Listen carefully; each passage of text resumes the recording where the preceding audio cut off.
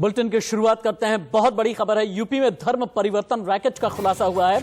नोएडा में चल रहा था धर्म परिवर्तन कराने वाला रैकेट। यूपी एटीएस ने 2 आरोपियों को गिरफ्तार किया है। 1000 लोगों का धर्म परिवर्तन कराने का आरोप है।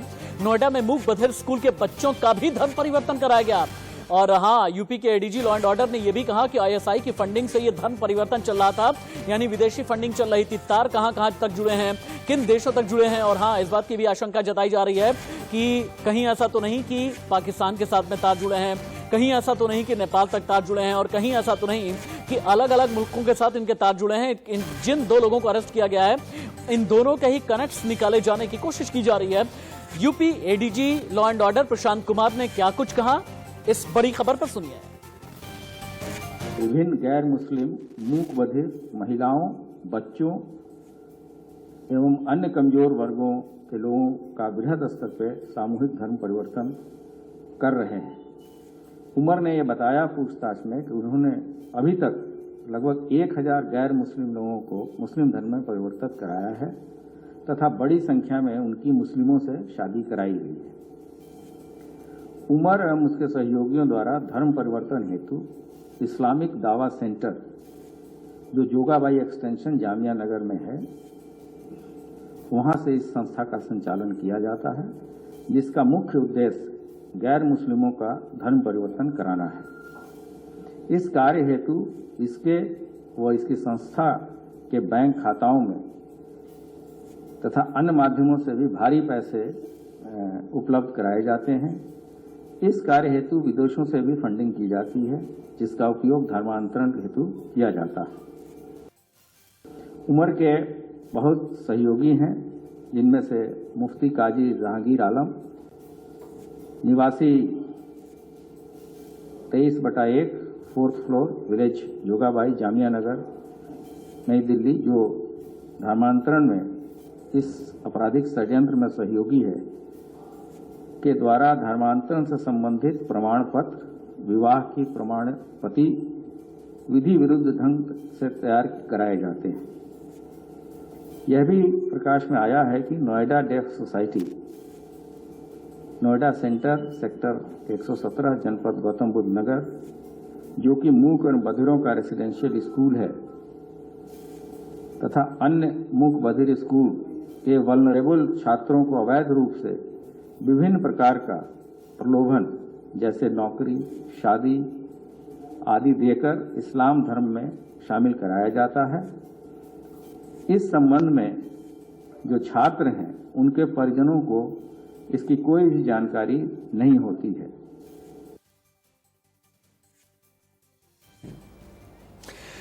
इंडिया न्यूज इस खबर की तह तक जाएगा और दिल्ली से लेकर के नोएडा तक, नोएडा से लेकर के लखनऊ तक की रिपोर्ट क्या है, ग्राउंड जीरो की रिपोर्ट भी हम आप तक पहुंचाएंगे। और हाँ, यूपी एटीएस की इन्वेस्टिगेशन अभी तक क्या कहती है, एडीजी लॉ एंड ऑर्डर ने अभी जो बयान दिया है, इसके मतलब और मायने क्या हैं, और धर्म परिवर्तन रैकेट में और कितने लोग शामिल रहे हैं, क्या ये कोई नेक्सस था, क्या ये कोई कॉकस था, क्या इसके पीछे की और अंदर की खबर क्या है, ये जानने के लिए न्यूज रूम का रुख करते हैं। मेरी कोलीग रचना बंसल हैं और इसके अलावा लखनऊ से मेरे कोलीग खुर्रम निजामी भी लाइव रिपोर्ट कर रहे हैं। रचना, सबसे पहले आपके पास आते हुए, यूपी में बड़े धर्म परिवर्तन रैकेट का खुलासा, तार कहां तक जुड़े हैं, 3 बड़ी खबरें क्या हैं? राशिद, सबसे पहले तो ये समझना होगा कि अगर यूपी एटीएस ने 2 लोगों को गिरफ्तार किया है, तो ये सिर्फ 2 लोग नहीं होंगे, ये पूरा गिरोह होगा जिस तक पहुंचने की कोशिश है। सबसे बड़ी बात, अगर 1 से 1,500 लोगों का धर्म परिवर्तन हुआ तो ये सिर्फ 1 या 2 दिन का खेल नहीं होगा, ये लंबे वक्त से चल रहा होगा। और जानकारी इस तरह की भी है, सिर्फ उत्तर प्रदेश नहीं, नोएडा, मथुरा, वाराणसी, कानपुर, इस तरह से तो खबरें हैं। सिर्फ उत्तर प्रदेश नहीं बल्कि बाकी राज्यों में भी इस तरह के कनेक्शन सामने आ रहे हैं कि बाकी राज्यों में भी बड़ी संख्या में लोगों का धर्म परिवर्तन हो रहा था। अब जिन लोगों का धर्म परिवर्तन किया गया है, उनमें किस तरह के लोग हैं, ये भी समझना होगा। ये लोग हैं गरीब, ये लोग हैं बेरोजगार, ये लोग हैं मूक बधिर, मतलब सीधे सीधे आप समझिए कि वो लोग हैं जो किसी से सीधे इंटरैक्ट नहीं करते या बहुत ज्यादा बोल नहीं पाते, समझा नहीं पाते या समझ नहीं जानकारी पाते। रचना, एक अंदर की जानकारी आप देते हुए कि इनमें मूक बधिर हैं, इनमें बेरोजगार हैं, इसमें मजलूम हैं, इसमें लाचार हैं, इसमें कई बच्चे हैं। और नोएडा में भी ये बताया जा रहा है कि लगभग 80 से ज्यादा मूक बधिर ऐसे रहे हैं जिनका धर्म परिवर्तन कराने की कोशिश की गई है। लेकिन धर्म परिवर्तन के पीछे की नीयत क्या है, इंटेंट क्या है, खुर्रम निजामी बताएंगे। खुर्रम निजामी, मुझे ये बताएं, ये जो 2 लोग अरेस्ट किए गए हैं, क्या ये मास्टरमाइंड है या फिर मास्टरमाइंड कहीं और बैठा हुआ है? और चूंकि UP ADG law and order ने अपनी बातों के जरिए ये संकेत दिया है कि सरहद पार भी तार जुड़े हुए हैं, तो सरहद पार ये तार किस हद तक जुड़े हुए हैं? कब से ये रैकेट चल रहा था धर्म परिवर्तन वाला? देखिए, ये बात राशि बिल्कुल साफ हो जाती है कि जिन लोगों को गिरफ्तार किया गया वो मास्टरमाइंड नहीं हो सकते। वो इसलिए मैं कह रहा हूं क्योंकि जो मास्टरमाइंड होता है वो सेफ गेम प्ले करता है और वो दूर कहीं बैठा होता है। ये सिर्फ एक मोहरे थे, दो गिरफ्तार किए गए। दूसरी बात यह है कि आईएसआई का पैसा लगा, ऐसी संभावना जताया गया है। जो फंडिंग हो रही है आईएसआई कर रही है, आईएसआई यानी पाकिस्तान। अब पाकिस्तान अगर फंडिंग कर रही है, उस तरीके की बात यहाँ पर सामने आई है। 1000 कम संख्या नहीं होती, ये 1-2 महीने की बात नहीं है, ये लंबा प्रोसेस था और कई दिनों से पुलिस लगी थी, एटीएस लगी थी, एसटीएफ लगी थी और अंत में जा करके खुलासा हुआ है और 2 लोगों को गिरफ्तार किया गया। ये सिर्फ मोहरे थे। ठीक है खुर्रम। अब जी खुर्रम, बहुत शुक्रिया आपका इस तमाम जानकारी के लिए। खुर्रम आपका न्यूज रूम से रचना बंसल मेरे साथ में थी। लेकिन धर्म परिवर्तन रैकेट के बारे में अंदर की जितनी भी खबर है इंडिया न्यूज पर आप दिन भर देखेंगे और शाम 4 बजे की डिबेट भी देखना ना भूलें। फिलहाल खबरों में आगे बढ़ते हैं। जम्मू कश्मीर पर इंडिया न्यूज की एक्सक्लूसिव खबर, जम्मू कश्मीर विधानसभा में 7 सीटें बढ़ने वाली हैं। डिलिमिटेशन यानी परिसीमन में ये 7 विधानसभा सीटें बढ़ेंगी। जम्मू संभाग में 3 विधानसभा सीटें बढ़ेंगी। कश्मीर घाटी में 4 सीटों का इजाफा किया जाएगा, यानी डिलिमिटेशन में जम्मू कश्मीर में 7 विधानसभा सीटें बढ़ने वाली हैं। इंडिया न्यूज की एक्सक्लूसिव खबर है। और डिलिमिटेशन प्रोसेस के दौरान जम्मू कश्मीर विधानसभा में 7 सीटें बढ़ेंगी। जम्मू संभाग में 3, कश्मीर घाटी में 4 सीटों का इजाफा होगा। सुप्रीम कोर्ट के रिटायर्ड जस्टिस रंजना प्रकाश देसाई की अगुवाई में डिलिमिटेशन कमीशन जो है जम्मू कश्मीर सहित और भी कई राज्यों के विधानसभा क्षेत्रों के डिलिमिटेशन पर काम कर रहा है। और कमीशन के सूत्रों के हवाले से ये इंडिया न्यूज बड़ी खबर दे रहा है। जम्मू कश्मीर राज्य के विभाजन से पहले विधानसभा की सीटें थी 111, जम्मू कश्मीर संभाग की 83 और लद्दाख संभाग की 4 के साथ ही साथ जो पाक ऑक्यूपाइड कश्मीर है वहां की 24 सीटें। लेकिन अब डिलिमिटेशन की नए सिस्टम में लद्दाख की 4 सीटें हटाकर 7 नए क्षेत्र बनाए जाने पर 90 सीटें होंगी। ये जम्मू कश्मीर में जो बड़ी खबर है ये हम आपको दिखा रहे हैं।